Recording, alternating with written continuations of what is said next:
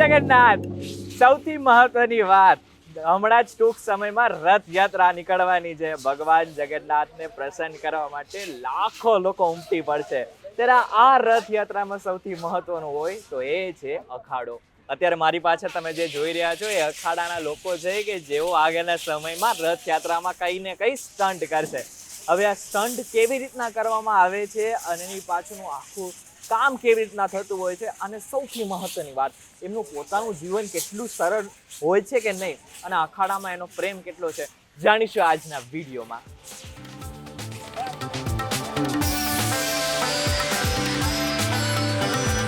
આ તમને જેટલું ઈઝી લાગે છે ને એટલું ઈઝી છે નહીં, કારણ કે આમાં જે બંધાયેલું છે ને એ અંદર નીચે કંઈક લાકડાનું હોય છે. આ ભાઈ શું હોય છે નીચે? લાકડાના લખોટા બનાવવામાં આવે છે, ગોલ બોલ જેવા, એ દોરીના કિનારે પર બાંધવામાં આવે છે. તો નીરોભાઈ, સૌથી પહેલા એ કહો કે કેટલા વર્ષોથી ચલાવો છો તમે?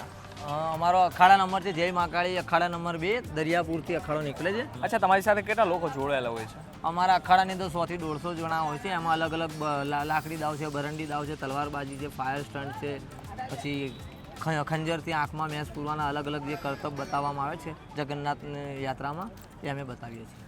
અચ્છા, આમાં જેટલો લોકો જોડાયેલા હોય છે એમના લોકોને મતલબ કંઈક સેલરી આવતી હોય છે, કેવી રીતના હોય છે? ના, આ બધા પોતપોતાના ખર્ચે અને પોતપોતાની ભક્તિ વોલેન્ટરી કરે છે, કંઈ જ નહીં.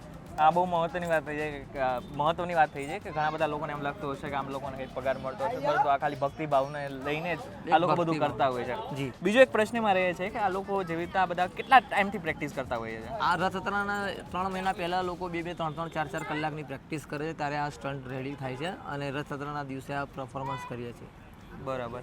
અને જેટલા લોકો કરી રહ્યા છે એમને વર્ષો થઈ ગયા છે, આઈ ગેસ, આ બધી વસ્તુ કરતા કરતા. અચ્છા, સરકાર તમારે જગન્નાથ જે રથયાત્રા નીકળતી હોય એમાં પરમિશન લેવી પડતી હશે ને? હા, અમારા 30 અખાડા હોય છે રથયાત્રાની અંદર, એ બધા રજીસ્ટ્રેશન અખાડા છે. અમારા જે પ્રમુખ છે મુકેશભાઈ, એ અમારા અખાડાના પ્રમુખ છે. બધા એસોસિએશન અખાડો છે એમાં ચલાવે છે.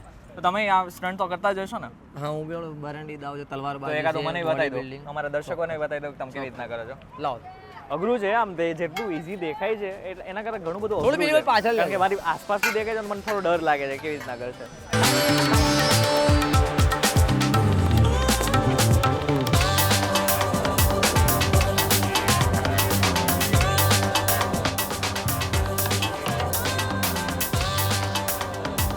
તમે જોયું હશે કે કેવી રીતના આ, મતલબ તમને એમ લાગતું છે આ લાકડી, પણ એકચ્યુઅલી આનો વજન થોડોક તો છે.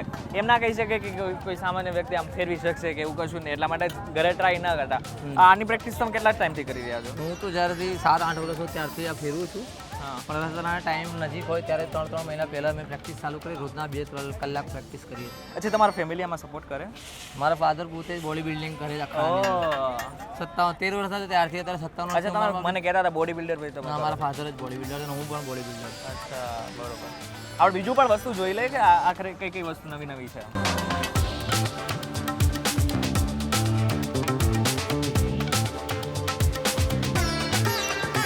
અત્યારે અખાડામાં સૌથી પહેલા નવું હશે, રાઈટ? આ નવું છે અખાડામાં. હા, ઓકે. તે જ લાયા છીએ અમે. બરાબર. આ નામ શું છે, કઈ રાખ્યું છે? અને ચોકડી કહેવામાં આવે. બરાબર. એટલે ખાલી આટલું નહીં, આઈ ગેસ આમાં તો આગ બી લગાડવાના છે. આમાં આગ બી લાગે, આગના ફાયરથી બી ફરે, અને અમે અત્યારે નહીં ફરાવાના. અખાડાનો પ્રેમ છે કે જગન્નાથનો પ્રેમ છે? જે અખાડાધારી છે એનો પ્રેમ છે. હું ખુદ બી અખાડાધારી છું. બરાબર. ને મારા ભગવાન બી અખાડાધારી હતા. હું શ્રી કૃષ્ણ ભક્ત છું. હા, બરાબર. સ્વામિનારાયણ ધર્મમાં બી હું છું. અચ્છા. હું સર્વ ધર્મની આરાધના કરું છું, સર્વ ધર્મનો સન્માન કરું છું. મને એ કહો કે અખાડામાં તમે કેટલા વર્ષથી છો? હું લગભગ અખાડામાં 10 વર્ષનો તો ત્યારનો હું આવું છું. 10 વર્ષની ઉંમર, 10 વર્ષની ઉંમરથી જ મને અખાડાનો. અચ્છા, 10 વર્ષથી. અત્યારે મારી ઉંમર 35 વર્ષ છે, 25 વર્ષ થઈ ગયા મને અખાડા. અચ્છા, મને એ કહો કે આ જેટલા બી લોકો, તમે બી આવી જાઓ, જેટલા બી લોકો અત્યારે આ બધા લોકો કરે છે, તો મતલબ કે એમની કોઈ મજબૂરીના હિસાબે કરે છે કે પછી?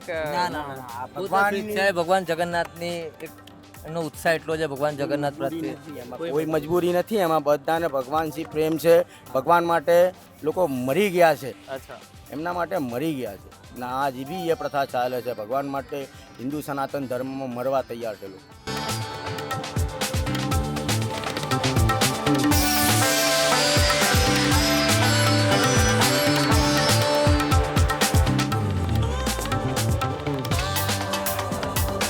અચ્છા માત્ર આટલું જ નથી, હવે આપણે જોઈશું કે બોડી બિલ્ડિંગ કેવી રીતના કરતા હોય છે. તો સૌથી પહેલા એ પણ જોઈ લઈએ આપણે.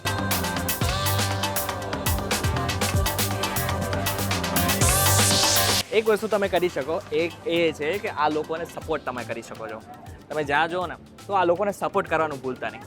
આ વિડીયો તમને કેવો લાગે અમને કમેન્ટ કરીને ચોક્કસથી કહેજો. વિડીયો થકી જો તમને કોઈ ઇન્ફોર્મેશન મળી હોય તો વિડીયોને લાઈક અને શેર જરૂરથી કરજો. તથા આવા જ ઇન્ફોર્મેટિવ વિડીયોઝ માટે VTV Gujarati.com સાથે જોડાયેલા રહેજો.